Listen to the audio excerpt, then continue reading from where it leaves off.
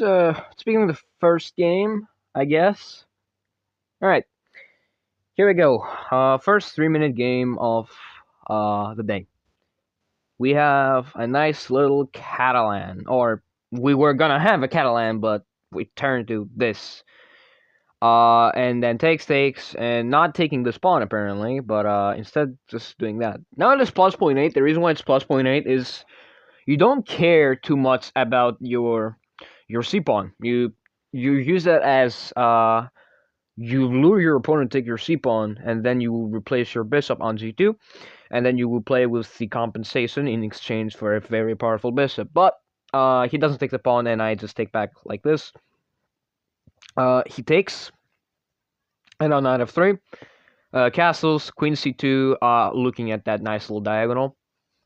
B6 to prevent God knows what, and bishop d2. Bishop to a6, e4 takes. I'm just, attacking here a little bit. All right, knight goes here, and I threaten basically checkmate and a rook at the same time. His only move is to go with a knight here and basically just give away this rook. There is no other way. Because you cannot just stop mate. I mean, it's just, that's the only way. Hangs the rook, doesn't trade queens, so I just go back. I mean, okay. Knight hops in here. Okay, that's a good move. Now we just try to get rid of that bishop. Doesn't want to get rid of. We slide the queen here and attacks me. We trade. Yes, now it is an equal game because I am a total moron. Free pawn. Not free pawn. Okay, we're just going to castle out of here. Okay, we just take this bishop. Nice. And we defend the pawn. And, okay, the queen looks funny, but it's all good. It's +1. We need to maintain our advantage somehow. And at this point, I was running low on time, and the adrenaline suddenly moved away, and I had to play on my own. And this is the part where moves start to happen. F3, the whole point of F3 is to prevent the knight from coming in.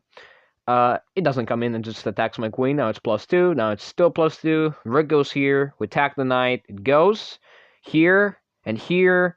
And every human being takes the queen here, but I just did not see it. And a couple moves later, just a couple moves later, where you thought I was completely dominating the entire game, and I'm still dominating the entire game, low time kicks in, and I just am blind to every single aspect of the game. And, I'm still winning, by the way. It's still winning. Now it's not too winning, but it's still completely winning. Okay, here. This is the part where I'm no longer winning because now I'm worse. I miscalculated the tempi and now he's gonna win the pawn. The pawn endgame. Yes. Okay, good. Now I'm losing. Stalemate trap. Yep. Stalemate trap. Now you're gonna be asking why. I had no other moves basically. So why did I go here? So let's say you take, and I go here. You had to push. Here's the problem. If I take, then you will just push this pawn. That's the entire point, and I'm getting mated.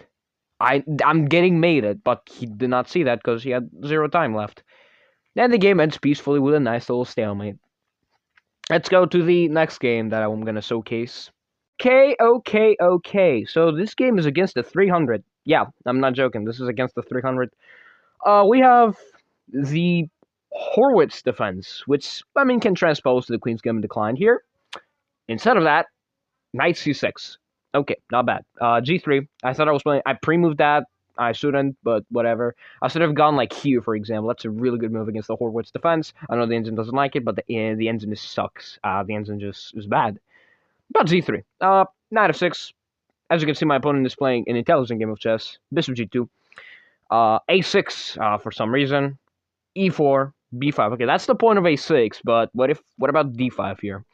The problem with D5 is that this knight on the E square here is really good, and your center, you gotta do this, and now it's no longer, it's equal again, and you might have thought that it's like winning for white because of the strong center. Well, that strong center will actually get undermined in the future, but that's kind of hard to calculate on a blitz game, so knight b4 is what is chosen, and he traps his knight. Yeah, and he just gives me the knight, and then the pawn, and then this pawn, and then he pushes this pawn, and I just develop my knights. And I don't know where rook b8 is, but fine. Maybe he thought here that oh, free pawn, and I lose my. I'm not gonna do that. Okay, so knight goes here, the bishop goes around. We just go active as possible. I give away the spawn, but I will get the spawn eventually. So that's the. I mean, I just want to get a little active, and I have a lead in material. That's why I did it. Okay, here, castles. He still doesn't take the pawn, but he can still take the pawn. I'm just saying. Attacks me, then takes with the pawn, and now I just check. And you should have blocked with the queen, but now things are gonna get a little tight for you, king. Okay. If you're like 1400 here, you'd probably move the queen, and it's not a bad move, just moving your queen out of danger. But I decided to go for an in-between move here. He blocks. I go back now, and his best choice is to castle, and which doesn't happen yet. And my opponent doesn't know what En Croissant is, and I give the tribute to the chess gods, because then I'm probably going to lose all my games. And that probably did something to my opponent, because he castled, and then I took the knight, and he took the pawn, and I went here, and he sacrificed his rook. And then this, and another bishop, and check, and I actually found a bunch of mates. I found mate in 4 here, which is kind of impressive. I'm turning to a mate in 3 thanks to my opponent. Yeah, that was the game. My opponent didn't know about En Croissant, so yeah, let's go to the next game. Okay, there we go. I spoiled the game. Anyway, so we have a Smith-Morra this variation. It's minus 0.4. The reason why is because you're giving a little too much material. But I didn't take the pawn because I thought the development is really good for my opponent. It still is, but not as good as, previously. Alright, the knight goes here. Now queen f3. I don't know what that does. I can already start punishing here, but I want it to be a little solid first. Okay, with developer knights. Now I have equal development with my opponent, right here. I don't know what my opponent... I still got the knight going here, but first I want to deal with the bishop. He trades his active pieces. He played a gambit and is trading his active pieces. That's amazing for me. Now the knight goes... the knight. That's not a knight. That's far from a knight. That's a bishop. We got bishop d7. Gives me the bishop pair. So we have the horses versus the pointy hats. Queen d3. I'm intrigued. Now I'm just going to move my queen. Con-Sicilian style. I don't know what that move does. In fact, it weakens your light squares quite a little bit. Okay. I'm just going to sword castle. Okay, he's putting some pressure to the pawn. Might as well defend it. Now you're going to ask me why I didn't, move the other rook. Because I thought that this rook will most likely play on the c5, which is probably open, if you think about it. And in fact, I put my bishop here. He doesn't want to trade, because then I would destroy his pawn structure. Then I go here, takes, and this move, which is minus 2.6, because I mean, I can trade, I'm fine here, and then I can take this free pawn. And then here, and then my opponent checkmates me. But it's not checkmate. Boom. It is far from checkmate, my friends. The bishop sniper saves the day. And he trades, and it's just a cleanup process of me picking up pawns and checkmating my opponent. Wow. Didn't know people still fell for the bishop sniper in the corner. But I thought that myth was not real. It is. Let's go to the next game.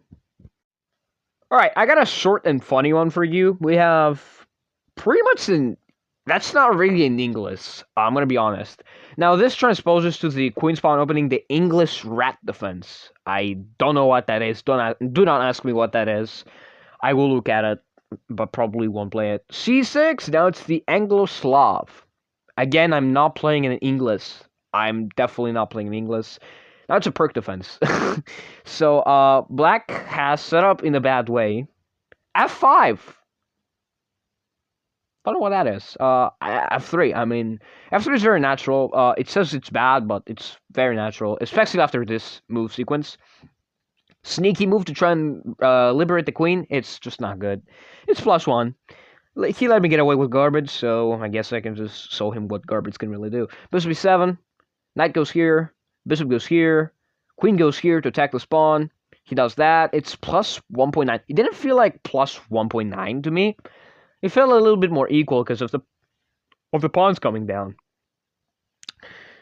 But the problem with playing f5 without knowing the consequences is the king is very, very weak. In fact, after a move like e5, takes and takes. Also, by the way, here this check was brutal. I didn't want to play it though. Check. Oh, takes. Now we put our opponent on a sequence. Of course, taking the bishop and then going here is the optimal sequence, because if I take here, he goes here, and apparently I'm losing. And I have to sack my queen, because if I give check, for example, lose my queen, and if I, let's say, yeah, I have to lose my queen here. I think it's like trapped.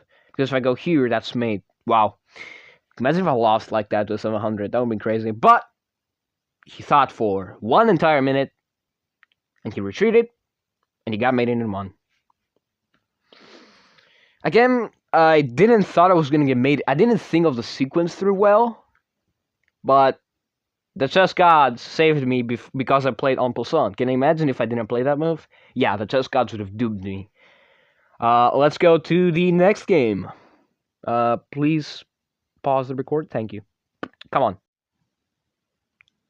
Okay, so I want to guess that this opponent, who was 1400 on Blitz, was 1600 on Rapid. I want to guess that. It is far from that. A Sicilian Bowdler attack. Again, in the Sicilian starter kit, I will be, in fact, posting about the Bowdler attack. Although I need to post some other Sicilian stuff first, like the Alapin, which is the up-and-coming chapter.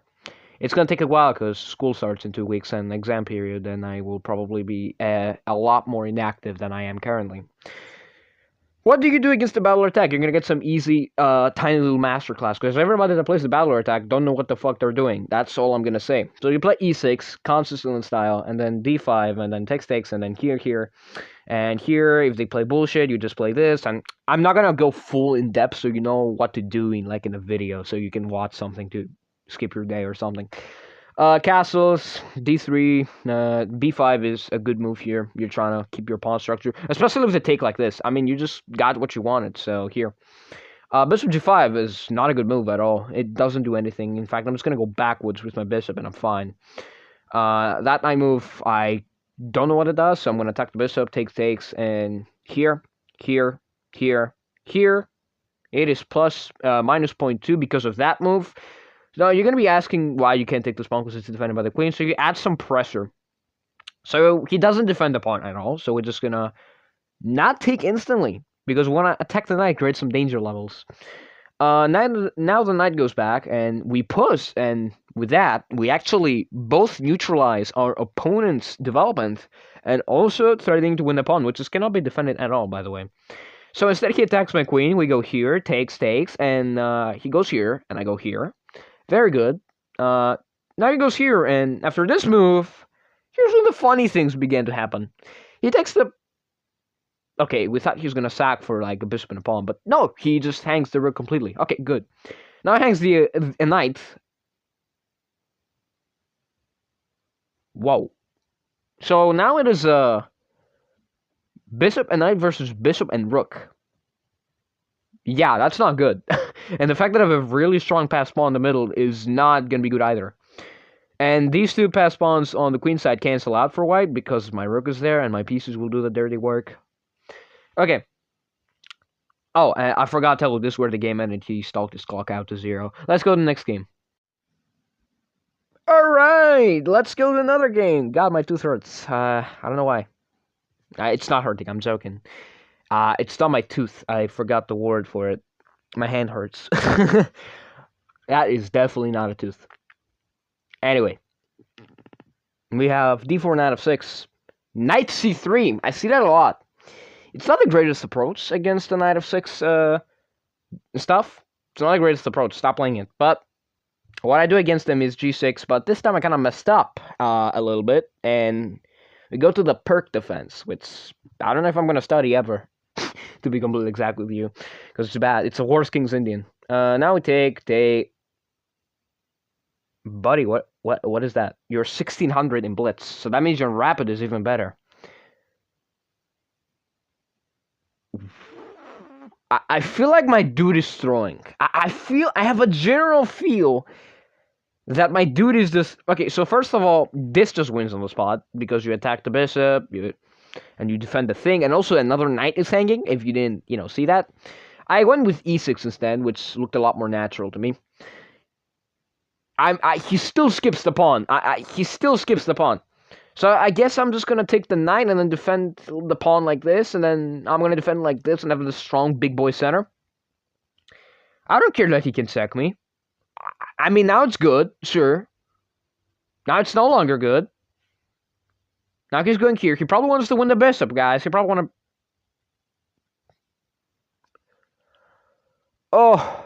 Oh, that caused me a headache. Oh, God. Don't trade 2 pieces for a rook and a pawn. It's not good. You know what's even better? He actually didn't want to trade. He actually just gave me a free rook. Now, here's a couple ways we can stop this. I played this move, which is the top of the move, and, that stops the attack. Another move you can do is go here, but it's not as good because of the things going in the center, and that they can still do this. And even though they can do that and take the spawn, you're still miles better than them because of, the extra pieces on the board you got, and the strong pass ball in the middle. I went with knight b6 instead, which is a lot more destructive.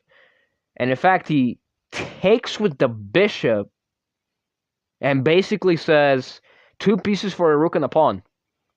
And I'm chill with that. I'm actually chill with that because 2 pieces are a lot better than a rook and a pawn. Because the rook is a lot more later game piece. It comes very, very, very later to the game.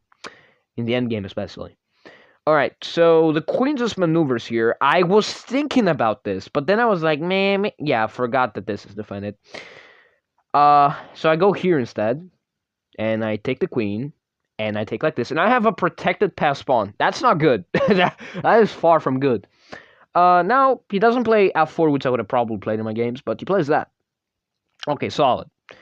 We attack the rook, and we attack this pawn and the bishop. The bishop goes here. We attack the bishop one more time, we attack it again, and we attack it again with the king, and we get involved, and we reinforce the knight. He's like, oh, I'm so smart, I'm pinning the knight. No, he's not. He's far from that, and in fact, he actually traps his rook. And gives it to me. Then I just go here. I sacrifice the knight for checkmate. I mean, still not checkmate, but it's a very, very good threat, because after takes, we take with check, and if he moves, we move our thing, and then here, and this endgame is completely winning. Because you're just going to slowly replace all your pawns to the light squares. It looked like a draw for a second, but it is far from a draw here, especially even here. I thought that was a dead draw, but it's not. Because you go here, they have to sack, but they do not, so I give this check, and I go here, and we attack the bishop, and we trade, and we go here, and it's just GG's. He resigned here. Let's go to a couple more games, and we're gonna... Yeah, let's go to a couple more games. Okay, for the last game, we're gonna finish with a nice little close Sicilian. Alright. If you don't watch the Sicilian video that I've made, I've released the close Sicilian and how to play against it. You're gonna get a free nice little example of it, and yeah, and go watch that video if you wanna play what I play. Okay, and also if you're wondering about the Sicilian thing, I've said in the intro, go back and watch it, I guess. Anyway, we have the G3 system. Like I said on the video about the close Sicilian, if you see a G3 or B3 system, just stick to your normal things. Well, like B5, bishop B7, E6, Queen C7, D6, Knight D7, Knight G2 F6, F5. Okay, when you see F5, it's good to just push the pawn. I know this gives away this. So we're going to go here, here, and replace the knight either this way or this way. Now, it's kind of hard to say which way is better. I'd say this way is a lot better because the knight has a lot more future on the king side than the queen side, in my eyes. Not in. If you are 2000, you are free to argue in the comments. Okay, so h3. Don't know what that does. Probably stopping the knight from hopping in. Knight b6. That is to support on the knight d5 square if it ever lands there. g4. Okay, so he's going on a king side, same side attack. Good. Bishop e7. Knight f to d7, getting out of the danger. Knight d5 now. Takes. Knight doesn't go to b6 for me, because maybe he will take and I will go here, and that's exactly what happens, and I do this. If you didn't do that, I would have gone knight b6 and then castled, and it'd be good and chilling. All right, the bishop goes here. That's not the greatest move because it hangs a pawn. So takes, check. Oh, doesn't check me. He instead does that. I forgot. Bishop moves. Now he checks, and we go here. You probably shouldn't check the queens. He doesn't. Castles. Knight goes here. I trade, even though the bishop was argued to be a little bit better than that knight. But whatever. Queen goes here. The pawn moves one square like that. And we do a rook lift. Probably nowhere. He goes here. I go here. Oh, I forgot to say that this match is with me and Bray. Very good person. Very good player. If only he played a little faster. That would have been nice. He's getting better at it, though. Don't worry. Now, what do you do in this situation? You take the pawn and you invite this queen exchange, because there will be a draw. So your opponent has to take the thing, and then you try to swarm your opponent and attack him. That's what you basically try to do here. But he goes for the cheeky little mate, which actually pleases the engine. Never seen that before. Anyway, the pawn goes one square. Now it's a draw, because none of that. Because if he takes, I gotta take with the pawn, and then now it's no longer a draw. And then please decide. Now it's back to a draw. Okay, good. And then he goes here and invites the exchange. What if I defend? Yeah, okay, it's still a draw. Okay, so then we've got takes, and then the queen just gives repetitive check, I think. We go up and check, and then here, and then attacking the rook, and then going here, and check. And yeah, it's repetition. I can't say that word. Holy fuck. Instead, that doesn't happen. Instead, we go here. I mean, he goes here, not me. I moved my king because I want to defend. It's still a draw. Now he's attacking again. Again, taking this pawn is probably the move. I don't. Instead, I go here. I'm losing because of takes, and the queen comes in and starts bullying stuff. But no, he takes, and it's a draw. You give repetition check. Okay. Now you give one more check. The wrong check. Now I escape. And no matter what you... Okay, again. The way you play this, you take the pawn, and then this large exchange... I'm sorry for the lag. I don't know why it's lagging so much. Anyway. And then you go here with the queen, and then you win the pawns, and you trade a completely winning endgame for black. That's how you probably do it. But Bray hangs mate in 2. Now, you might be noticing why, they can't take like this. I mean, they can, but it's bad because check, and then taking this pawn, and then it's probably bad for them.